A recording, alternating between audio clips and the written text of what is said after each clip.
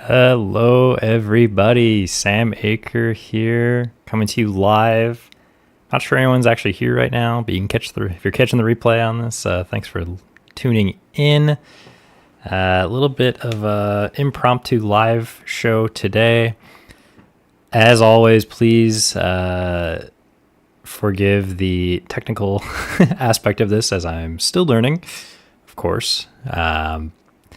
But what I wanted to do today was pretty casual. I kind of wanted to blend in like my Q&A and just my general sort of like, I call them the stock talk videos, but just my videos where I just go through somewhat quickly on the companies I follow when something maybe isn't worth a full video. So I'll do that. And then we'll jump into my Q&A, which for this one, I think most of my questions were actually from YouTube from the past few weeks. And I was just going to read through some comments, maybe even just all of them, and respond to them that way, give some shout outs. That's the general idea. I'll get started here in a sec. Let me just orient myself here.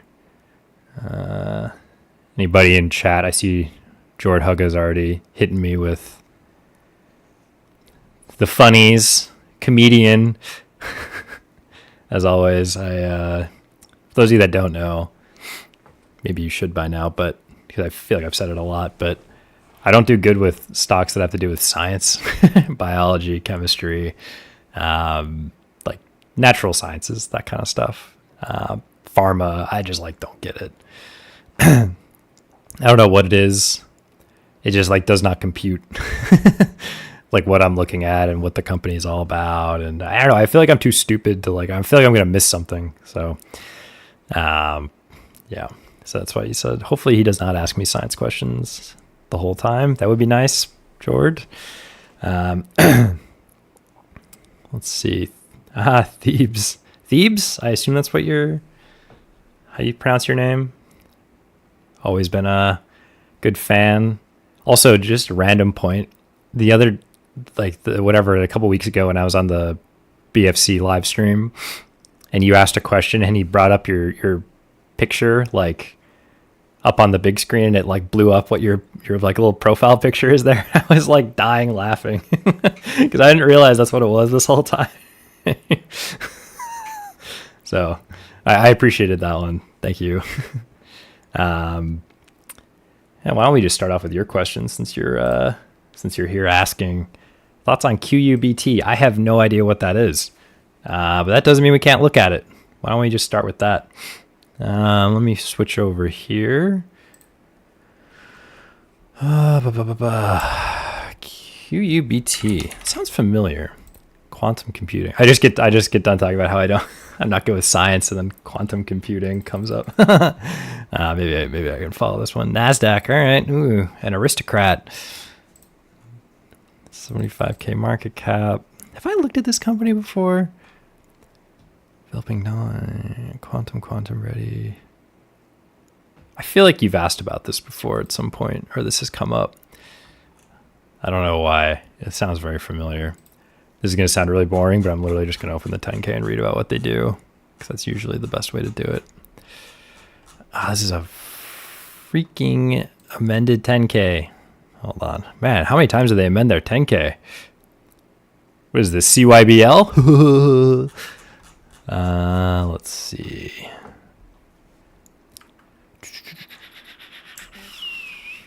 Oh, man, this is a complicated one. Here we go. Full stack quantum. Our mission is the democratizing force that brings quantum solutions to business academia.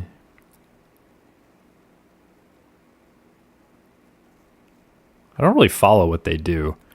Maybe I'm kind of stupid.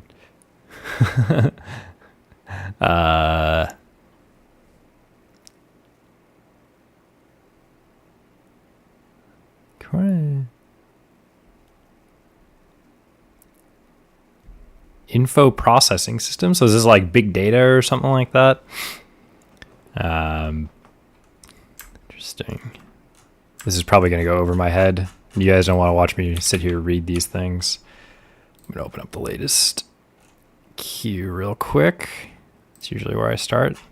Hot off the presses. Okay. No, I swear I've looked at this before with you, maybe even on a live stream. Sorry, I get a lot of these, so it's sometimes hard for me to remember. Yeah. Early stage growth. So one thing the whole products aside, really what we're seeing is early stage growth company, right? So it really just comes down to like what are their growth prospects, whether realized or soon to be realized, right? They have like 7.2 million in cash. And what's their quarterly burn? 6 months. So like a hair under 5 million, but some of this is maybe a little inflated, but point remains, they need a lot of cash. So usually when at these really early stage growth companies, it's all about the product and like, do you believe in it? I'm not intelligent enough to tell you if this is a good product or not, but financially, just know that they're going to need to dilute or raise cash somehow very soon, probably within the next 3 to 6 months, it looks like. And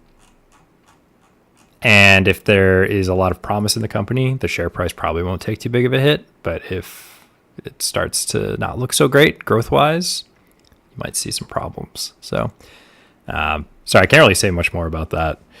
So I'm probably going to move on from there. Well, Barry Alp, is this company in serious trouble? Haha, you actually are perfect segue into the company I want to start with, which was Alpine 4. I didn't make a separate video on this, and people were asking me in the Discord and DMs about what I thought about the shareholder letter they released on the 29th. I have it open here. This is from Edgar, whatever, SEC website. So he addresses current market conditions and declining share price. So for those of you who've been watching my Mullen videos, you'll know that I get pretty worked up when companies release stuff like this. I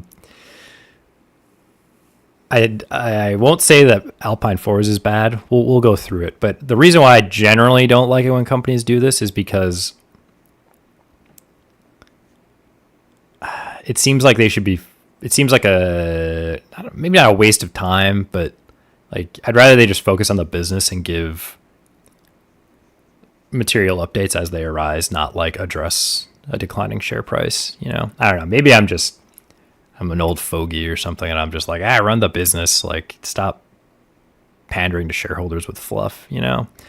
Make things happen, like real things happen. But I wanted to go through this because I actually didn't think theirs was too bad.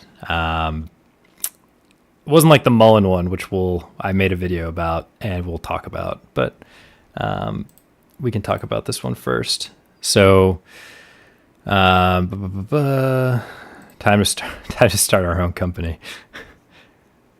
If I started my own company and then I put my money where my mouth is, people would probably be making fun of me. It would probably fail, like most companies. So I'm a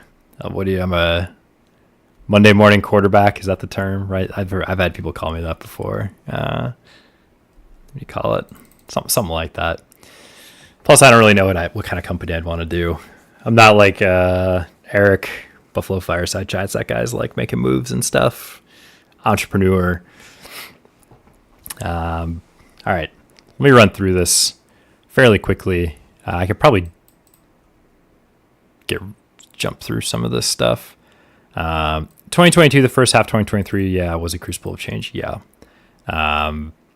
had huge supply chain problems, mostly last year, earlier this year. Volatile market conditions. I would say that a lot of it was just them coming back down from the highs of 2021.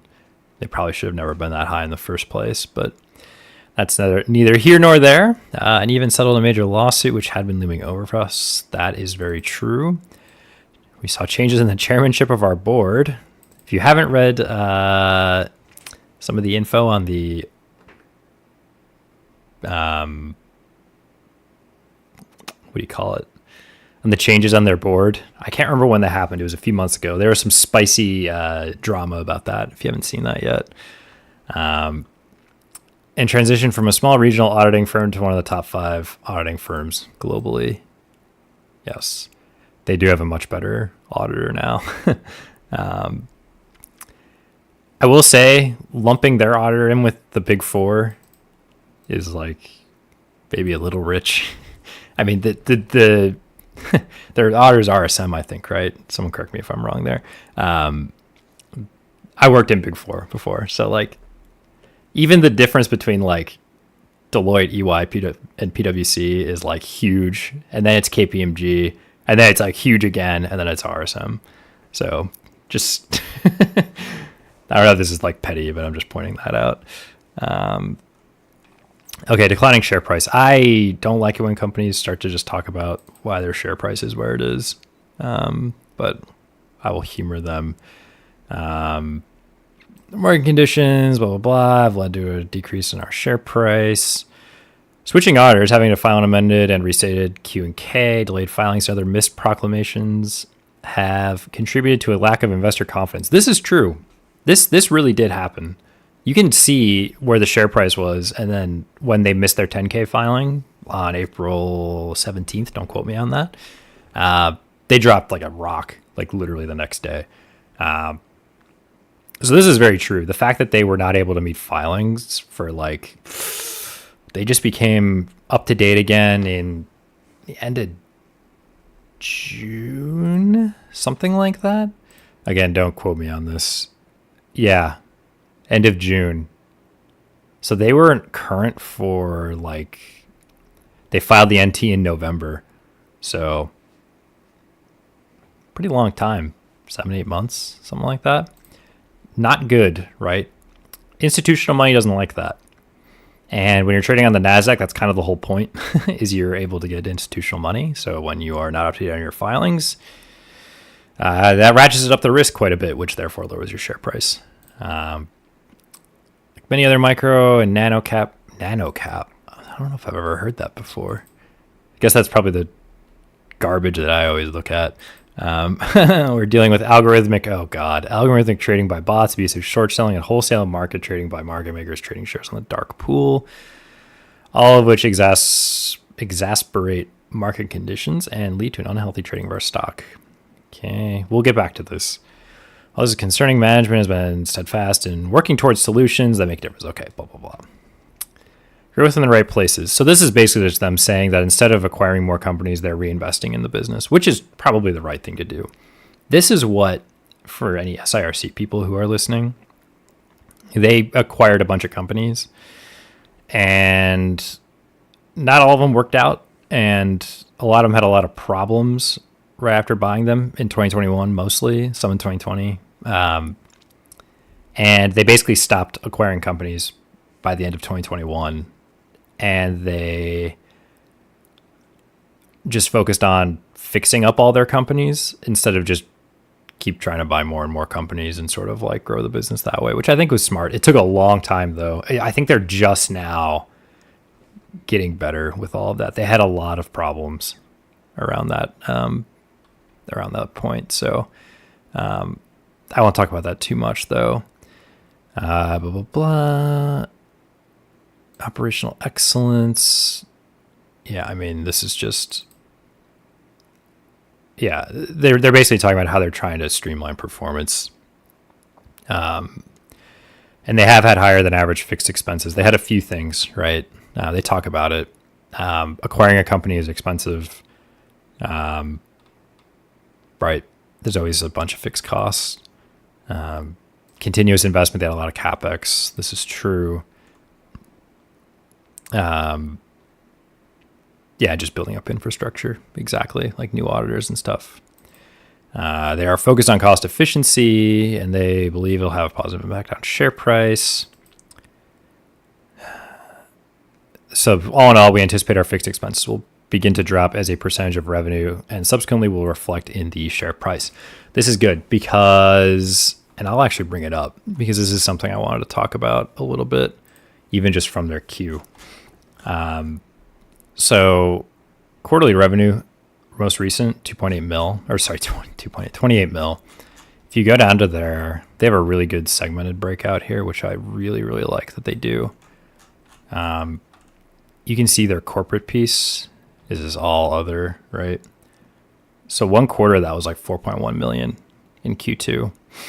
So that's like a really decent chunk of their revenue as a percent of revenue. Like more than 10% is like fixed, maybe not fixed, but corporate spend, like that kind of stuff. So if this starts decreasing, that's just straight to the bottom line, which is great. So something they need to work on, but it sounds like they're working on it, which I liked. This is probably the one I didn't like too much. Again, this is a little bit of a different situation. I've ranted quite a bit about Mullen, and I will talk about that, how they just filed lawsuits with like all these big trading houses and stuff. But apparently Alpine 4 thinks that there is abusive short selling with their company, right? And I actually think, I mentioned this with SIRC when they brought it up. I still think it's a waste of time, and resources to do this stuff, unless they're hiring like a literal ambulance chaser who's like, you don't get paid unless we don't get paid unless you don't get paid. And like they have like a, all their advertisements are billboards along the interstate. But for a company like Alpine 4, they've needed financing. And usually this sort of, these sorts of things like alleged short selling, like abusive short selling, and the algos doing weird stuff is usually a temporary thing, especially as it gets more temporary. It gets more temporary the more liquid you are. So like Apple, if someone, there's no such thing as like abusive short selling of Apple because it's so like, it's so liquid and it's so quick to find the correct market price that like if an algorithm figures out that it's like even 1% undervalued versus what they think, it'll just buy it instantly, right? There's no like lag period. But with something like Alpine 4, they're on NASDAQ, but they're not as liquid as you'd think. And they've had trouble with filings, which means that some institutional investors may not even invest in them anymore because of their filing problems. That might change now that they are current. But I actually think it does damage them some if this is really true, because they're trying to raise financing. They're not quite as liquid as they should be. And if they have to raise financing via shares, it is damaging to you as a shareholder because they have to issue it at an abnormally low price, and the counterparties are not there to bring the bids, back up to sort of where it should be. Again, we don't really know where it should be. This could all be, there's so many variables going into this. This might not even be an issue in the end, but if it really is an issue, I think that it is a bad thing for Alpine 4. But if you're a company not really trying to raise money via shares, like Mullen, who like literally admitted they weren't going to be, doesn't really matter, right? It's temporary. So I don't really like that they're spending time on this, and they've been engaging with consultants and law firms and things like that. I mean, I'm not going to talk about this too much anymore, but that's what I thought about this. I mean, they're improving. I just don't. This was an okay update. I don't know if a lot of this actually needed to be said, but I don't know. At least they're trying to be transparent. And it didn't seem like weird blind pumping. So that's my spiel on Alpine 4. Let me jump back to the chat here. Sorry, I haven't been looking. Obviously, we do sunscreen company since you burned so many OTCs. I don't know. I tell it like it is, right? I don't know. I know what you mean. Do I buy dividend stocks? I mean, I guess I have. I have some larger caps. I've talked about it before. But buying a stock just for its dividend by itself is stupid. Like doesn't like it's actually tax inefficient generally. But that's a whole. I could talk for like 3 hours about that concept. Yeah. Oh, Spankicus, what's going on, man? Anyone ask about today's Cirque PR yet? Wait, was there a Cirque PR? I'm not even kidding. I didn't even notice. Oh, well, let's talk about Cirque next. Thank you. Whoops. When did this come out? Was that this morning? I don't want to open up Twitter and look at or whatever, like the timestamps on these things, but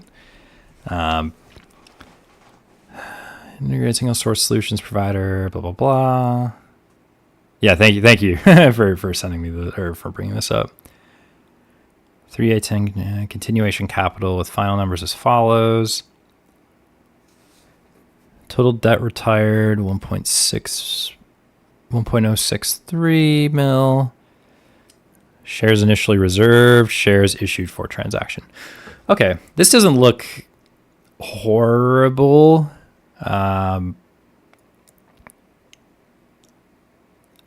They've been doing this a lot lately. These collateral transactions, which is a little new for them, I think. I'm not sure they've really talked about it too much, but for those of you that don't know, they are a very risky company to lend money to right now, one would say, or to, Oh, wait, sorry. Total shares initially reserved for transaction. Total. How do you, I'm a little confused by the wording here.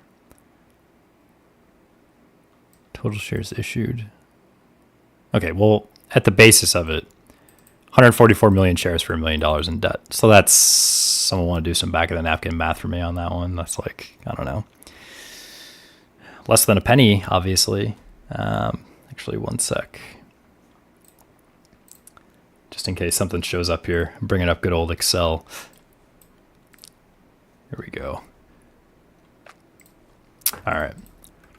Since we're live streaming, I'm going to do this. I'm going to do it live.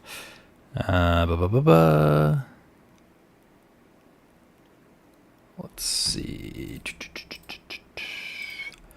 So 1,063,000 and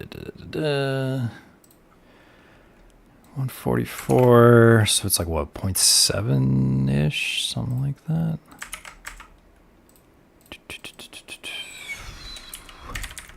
Sorry, I get to math in public. Oh yeah, 0.007.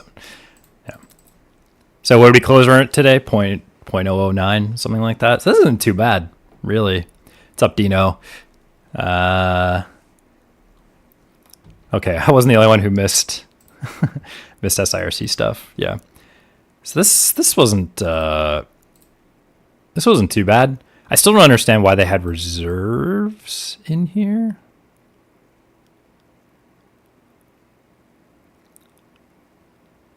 Maybe this is what they were thinking, but it ended up being like this. I don't know. The company also settled an outstanding secured debt with an existing creditor, a factor for $469 million of its receivables. The company also settled a note with an individual lender retiring $150K in debt. Okay. For those of you that don't know, a factor is when you have a receivable and you lend against it. So you basically almost like sign away the receivable to someone. So like if they had $469K,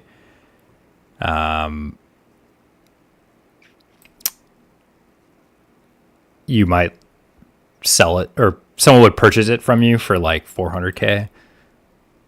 And then the receivable basically just, whenever you collect the receivable, it flows through to them. So you pay them the full amount. So that's or you just pay it off, right? So it's just secured against a receivable, which is sort of the uniqueness of it. Also settled a note with an individual lender to $150K in debt. Oh, I see. Collateral for not making a future payment. You're right. Sorry, I'm thinking of this all on the fly here. Yeah, I seriously did not see this until just now. Yeah, okay, so they did have shares in reserve, and this is part of the reason they mentioned this on the investor update or whatever from a week ago or something. It was part of the reason why they had a increase in the AS authorized shares was to do things like this, to be able to have shares in collateral. So these transactions allowed us to retire a significant amount of outstanding liabilities, including the entirety of debt balances of 5 different creditors. Wow.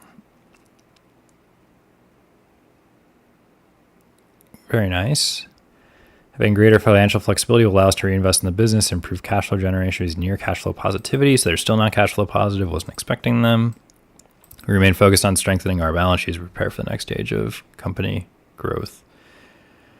I don't know if I'm reading into this too much. They didn't mention Tribeca anywhere in here, but that's okay. It would be very material if it wasn't going to happen. So normally they say something like as we prepare for the merger with Tribeca Energy or something. But yeah, anyway. No, good stuff. SIRC. Didn't think I'd talk about them today, but yeah, all the payday loan creditors. Yeah, those were rough. Oh man.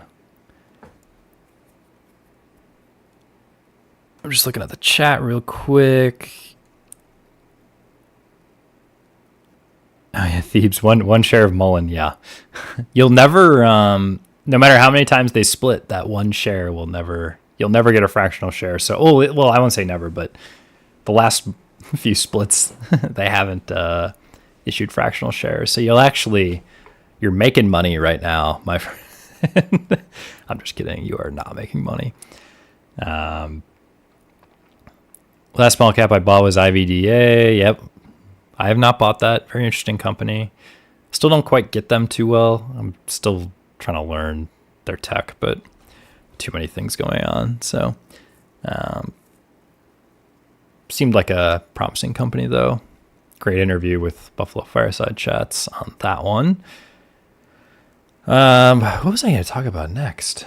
Let me just... Any other companies you want me to talk about while I try to remember what my next company was? Going once.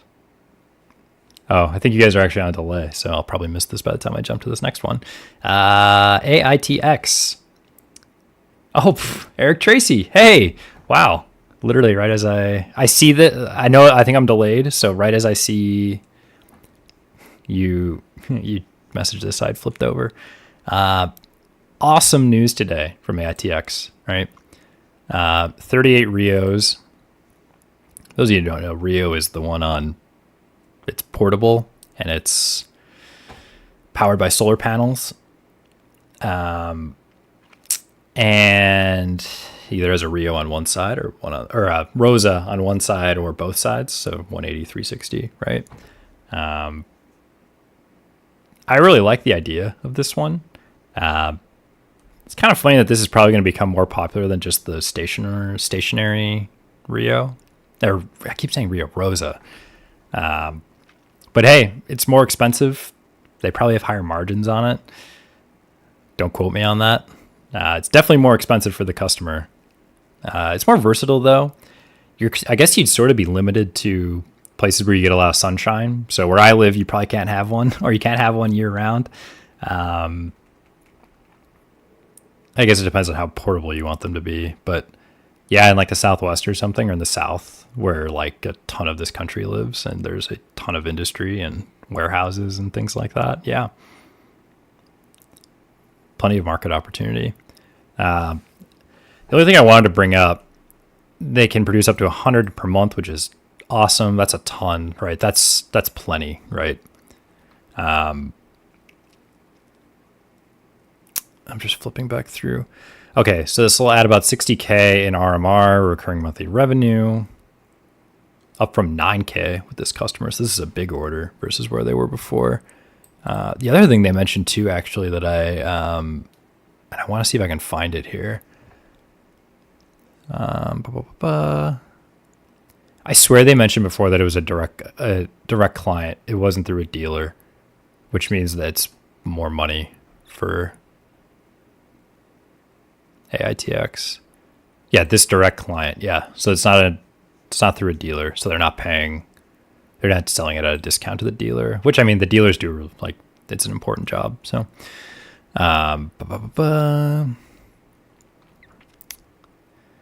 so 60K monthly puts a good dent in their cash flow hole, but this is like, they need, like, don't quote me, like 10 more months of this in a row for them to, like, probably be cash flow positive. I mean, kind of depends, but it's a good start. You want to keep seeing this consistently, and then you can get real excited and start thinking like, wow, they might be pretty close to being cash flow positive. So very cool news by AITX.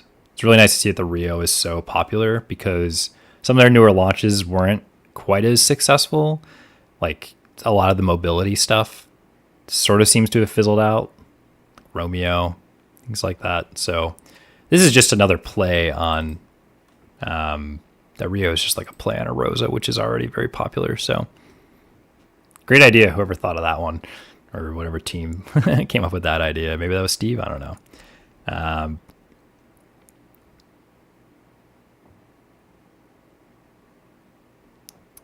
Let me jump back to chat. What do you see as Exalus's moat? Seems like a glorified tiny staffing company. You are goddamn right. That is exactly what they are right now. So those of you who don't know, Exalus ticker is XALL. I just released a video. This is a bigger position of mine. Again, I say these things are my largest positions and stuff on the OTC. Technically, it's true, but I mean, I've seen how much you guys invest on the OTC, and it's insane. Like micro caps and stuff are like, at any given day, like 10% of my portfolio, maybe less. I'm boring in general, but this is now my biggest. So yeah, Exalus, it's a tricky one, right? You have to assume with this company, and actually, you know what, I'm going to bring it up because I was thinking about this the other day. Hold on, let me not accidentally show something, because I need to look at my file explorer. You basically have to assume that they're going to not make as much money as you think longer term, because they are in kind of the bulk of their activity is in something that's relatively basic, right? You sort of have to hedge yourself that way. And you'll see I already started doing it. If you watched my video on, let me reshare my screen here. I showed this model during my video on the company, which I assume you watched if you're talking about it. So as a quick step back, Exalus is like a tech company, but most of their activity is in staffing, basically staffing for different industries, stuff like that, like admin services, like payroll, stuff like that. It's sort of been like their base activity for the last few years, or maybe not the last few years, maybe like the last like year and a half, roughly. Oh, you did watch. Okay. So you've seen this. They have some tech in here. Like I think, don't quote me on this, I think the only other company that in their tech sphere that's actually doing anything is a company called AI Growth Hub, which is like, it's a marketing company, but it's like a tech marketing, not like marketing services. It's like a software program, basically. Like generating leads, like who to, using AI to figure out like who you're going to market to, stuff like that. So these are actuals, right, so far. So you'll see their net income has been very high. I didn't put it in here, but this is net income, these percents down here. So you'll see they're hitting like, they're already declining, right?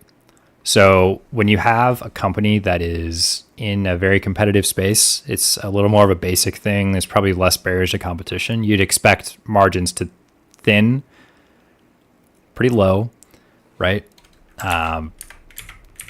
Generally like a basic service provider like this, you're long term, like when you hit maturity, you're not usually making more than like a 10% margin, if that. I assume 12 for the next 12 months versus what do we end at 15. So I assumed it's going to drop within the next year quite a bit, like 3 percentage points by the end of the year. And it's probably even going to get lower, I think. It depends on how much of the tech pieces come into it. I am assuming most of this is going to be staffing and admin services, right? So you're absolutely right. You have to assume that it's not going to maintain margins like this. It's something I mentioned. I mean, this is all way after the fact, but it's something I mentioned with SIRC as well. Like their like service offering and everything is not like anything crazy that you'd expect high margins out of it, like solar installation, roofing, that kind of stuff. You can make money. It's just not, you're not going to be making like, you're not like Apple making like 30% margins, like net margins, right? So that's what you have to assume. Assume profits are on the downside or margins are on the downside. So, it's a cool company. They've been getting beat up on share price lately. I've averaged down some, but my positions are not that big, so I wasn't like moving the market or anything. But I think they have a lot of potential. They have a lot of problems with their filings. I've reached out to them about it. They still have not responded to me. I've been talking to their IR guy a bit. He's been trying to get answers, but there's a lot of dilution that's going to come. I know for sure there's going to be dilution that is coming. We don't really know a lot of their revenue, or like there's not a lot of info on some of the new subsidiaries and exactly how quickly they're going to get revenue, things like that. So risky, but they've been doing a really good job for the last, whatever, was it 6 quarters? And that's hard to ignore. And at the share price it's at, like, even with a bunch of dilution, I was forecasting. I mean, these are all obviously complete guesses, but like 77% gain is nothing to scoff at. I know you guys are expecting like 10,000% gains, but I'm cool with like 50. 30% is even fine with me a lot of times with some of these companies. So just a pure alpha play rather than buy hold forever with Exalis. I think that's what you're asking. It's about Exalis. Every company that I buy, generally, I assume I'm going to hold it forever. That obviously doesn't happen every time, but I think it's the only way to truly invest is if you say like if I saw a company and I was like, this is complete garbage, but I think it's going to go up in the next week, I don't think that's investing, really. I want to own parts of companies for long periods. I usually assume like 5-10 years, 5 years maybe. But with an OTC company, maybe more like 5-year holds, maybe even a little less, just because they are so volatile. But I try to invest in companies that I think, I would be comfortable holding for good amounts of time. So there you go. That's my spiel on Exalis. You can check it out if you want. My huge disclaimer is that I own a lot of shares. So, well, compared to how much you guys put in the OTC, it's probably not that many shares, but to me, it's a lot of shares. So that's that. Jumping back here.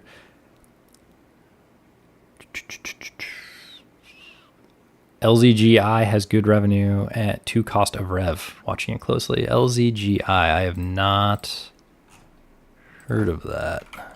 I think you sent me this one before too. This looks familiar. They're on the QB, so I should be able to get a good AI Solutions FatBrain. Subscription model.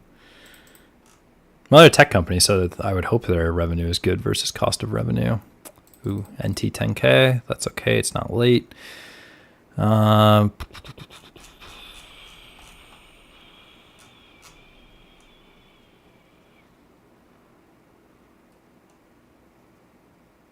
a profitable company. Well, operating profit. Is this the one that you... Why do I remember this company from something goofy? Yeah, no, it's interesting. I mean, they're growing a lot. Can we see... Big spike mid 2022. I'm guessing they acquired someone. Sorry, I don't really know this company, so I probably sound like a moron, but looks like they acquired someone probably.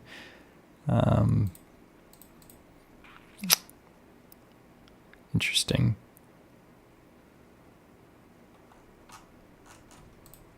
No. Interesting looking company. I'll keep an eye on it.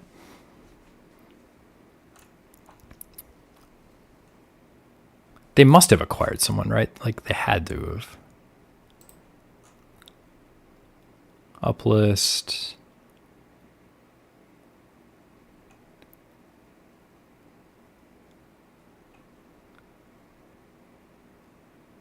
Yeah. Stocks Wizard. John Zidar. I have no idea who that is. I don't watch a lot of YouTubers. Or I assume this is a YouTuber or maybe someone on Twitter. I don't know. I don't really keep up with who the personalities are or who really anybody is. Occasionally I see in YouTube analytics, for those of you that don't know, I can see like who my audience also looks at and watches. Funny enough, Buffalo Fireside Chats was not on there. I think it was sort of weird. I couldn't actually didn't believe that. Maybe it was, but there was this like huge list of people with like obviously they're all bigger than me for the most part, and I hadn't heard of like any of them before. Maybe like one guy, because he got in trouble for some Mullen stuff, or not in trouble, but he did some questionable things with Mullen and during the shareholder meeting. Some of you guys might know what I'm talking about, but anyway, I'll move on here because that is actually a great segue, because I wanted to talk about Mullen last. Every time I come out with a video about Mullen, and so this is like the second or third time I've made a rant video about them putting out stupid PRs, and every single time I've done it, they come out with something even stupider like the day I release it. Like I'll release it in like the evening or like the morning of that trading day, and then like by noon they've released something like really dumb. Like the last time they released this shareholder letter that I talked about in my last video, and then they released this lawsuit against all these like national finance services. I think it's Fidelity, Charles Schwab, Ameritrade, like for the illegal short selling things. And I wanted to show this. Again, I'm not a lawyer and I don't like talking about legal things very much. So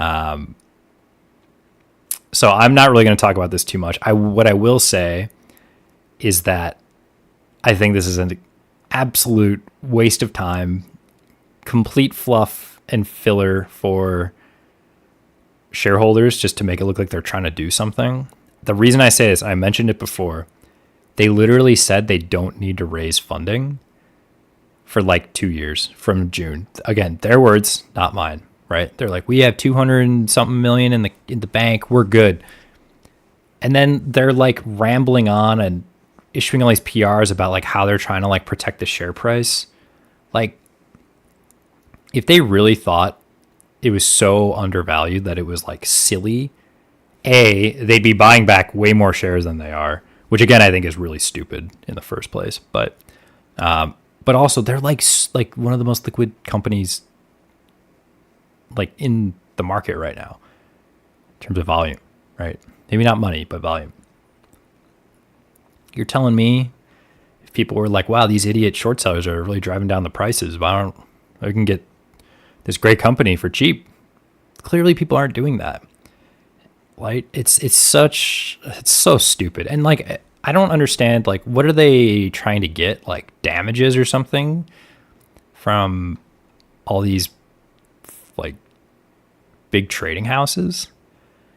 Like you're telling me like Fidelity hasn't thought about this? I don't know. I don't want to talk about legal cases too much. It just seems, again, I'll flash the disclaimer here again, since we're getting into legal territory. Not a big fan of this at all. I think this is a complete waste of time and a complete sideshow for investors or for retail shareholders.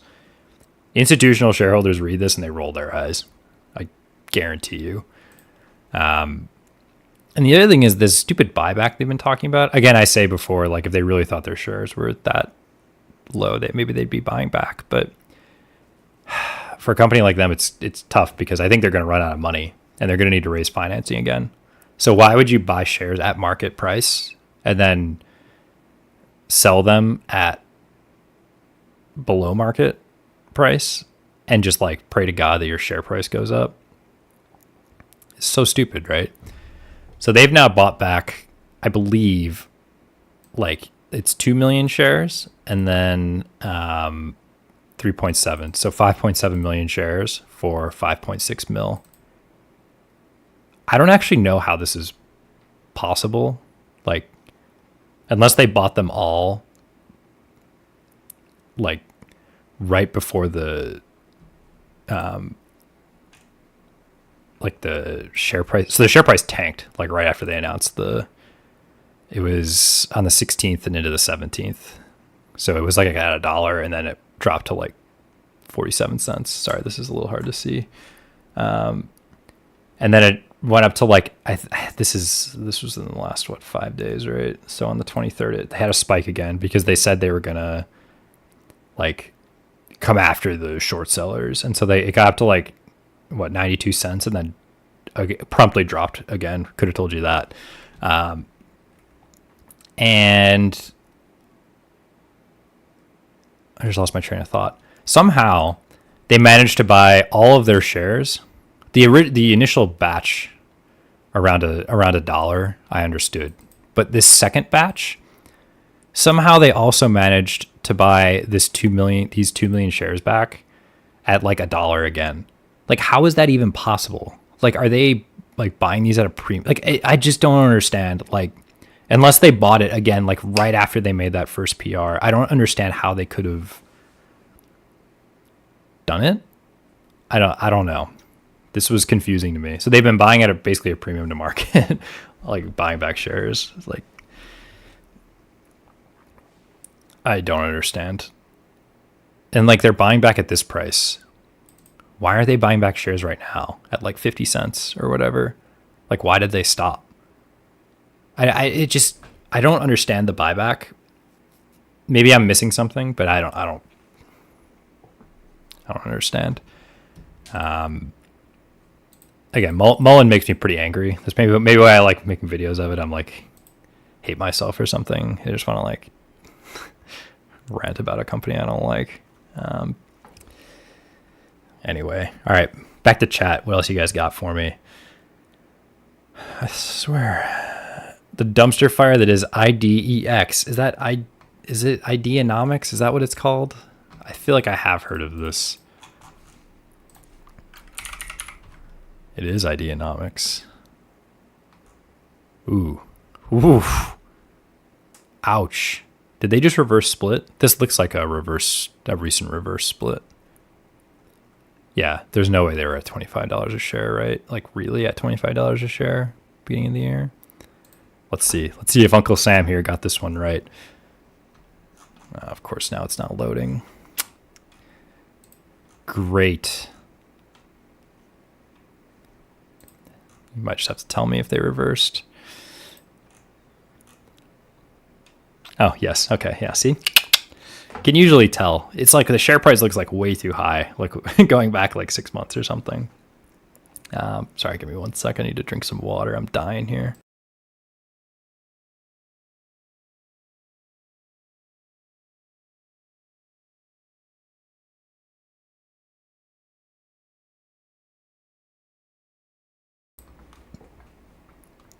By the way, quick interjection here. If you haven't subscribed yet and you're viewing, you're doing it wrong. Got my live subscriber count out. Next goal is 1,000. Ways to go, but any subs will help. Tell your friends, right? The real question is, what does Ideanomics? I cannot remember what they do. Financial services and fintech products.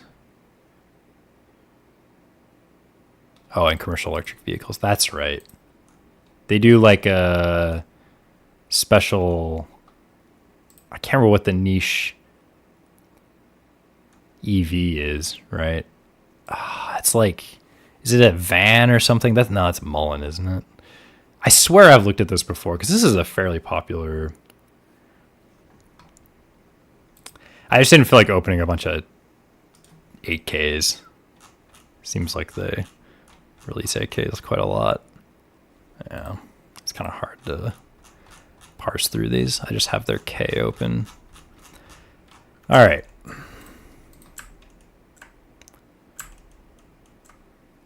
VIA motor, yeah, blah, blah. EV and charging solutions. Electric tractors. Thank you.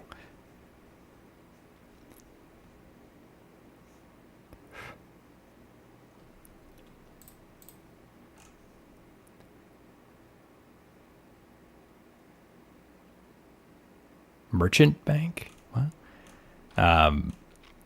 Was I was going to open their queue, right? Blah, blah, blah. Yeah, what was their burn? They burn money.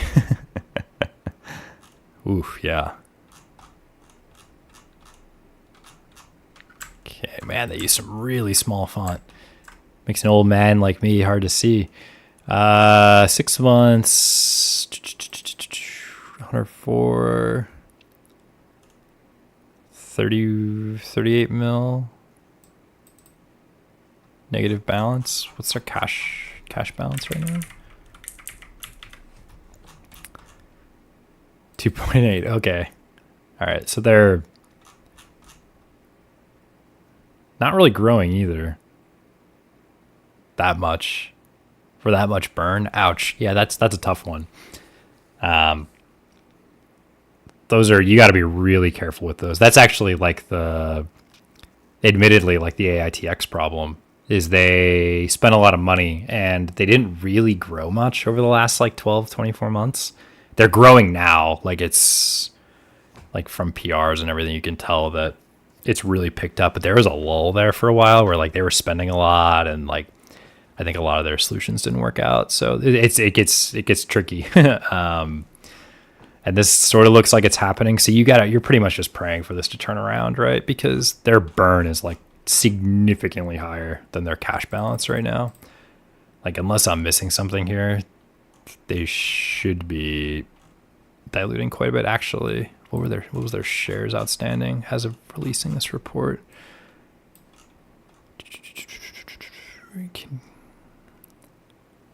11 mil.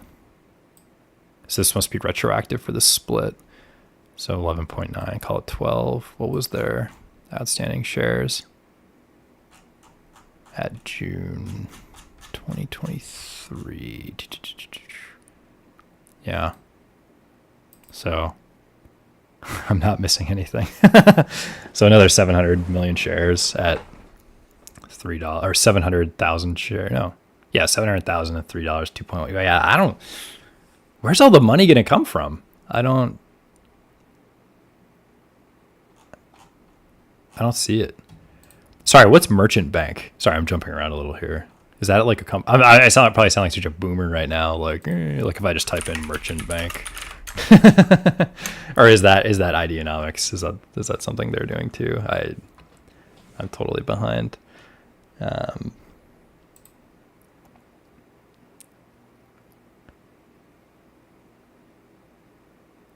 Just jumping back through chat here.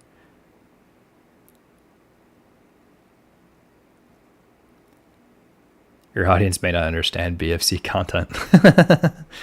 He does have some people on there that what they talk about goes right over my head, I will say. like he's asked me before if I wanted to participate. He isn't Eric, the guy who Buffalo Fireside Chat, right? He's asked me if I wanted to participate in some interviews, and like, I can't interview very well. I've told him like I'm going to be a hindrance to you. But like sometimes the people that come on, I'm like, I don't even know what I'd ask you. Like the GRPS guy, like I'm afraid I'm going to sound like a moron. So, yeah, totally get it.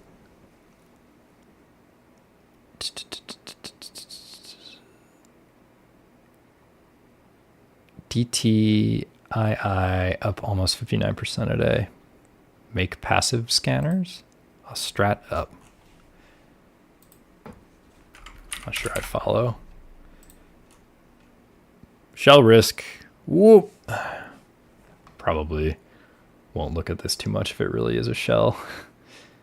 Sorry, I'm lost here. There we go. Is this really a shell or is it just...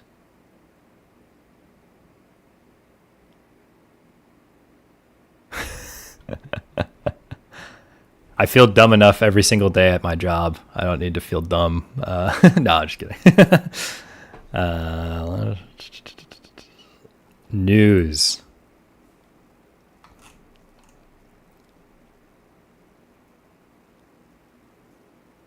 Oh, so they are like actually doing stuff now for shipments. Okay. All right. So they're getting up there. What is the company? What does Passive Security Scan even do? An IR camera. Screens for weapons and temperatures.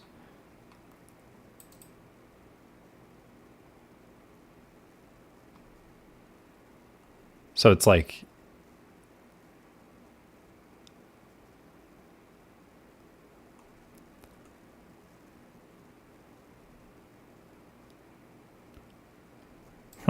interesting.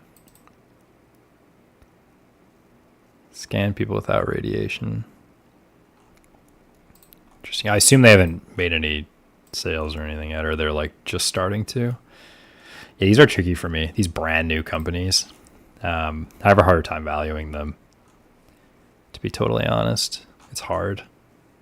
Just because there isn't really much to go on. I usually think of these as like very big, like YOLO type plays. Not YOLO, but just like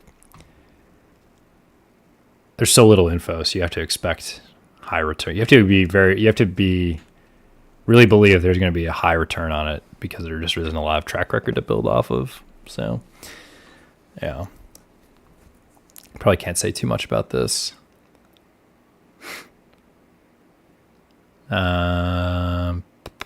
No, I mean good share price movement though in the last few days. I'm guessing it's all from this news, but interesting. I'll keep an eye on this. The tech, I mean, it kind of makes sense. I get it. So that's usually a good start. I've already gone an hour here. I was going to read YouTube comments, but it seems like we have plenty of questions and stuff from chat anyway, so I probably won't. I'm not sure I can talk long enough to go through YouTube comments and questions right now. Was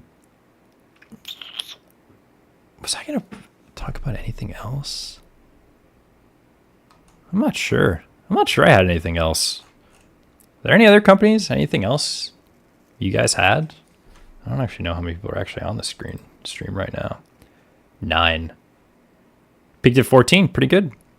Not bad.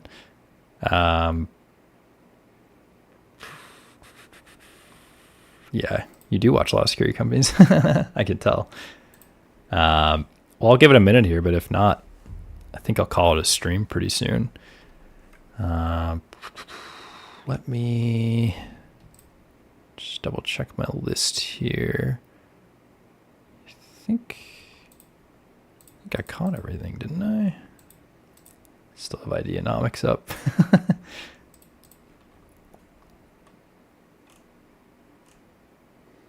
No? All right.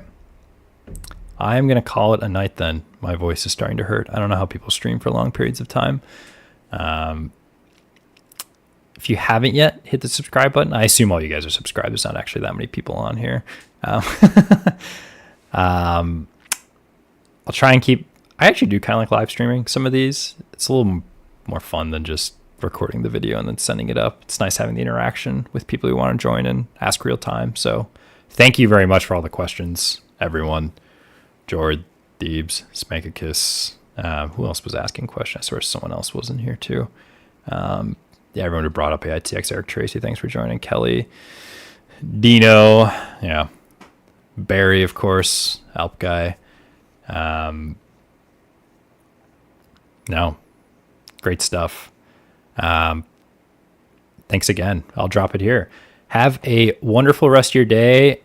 Tune in next time. If you haven't joined the Discord, please do. Good way to stay in touch and more regularly outside of these live streams. And have a great one. I will talk to you guys next time.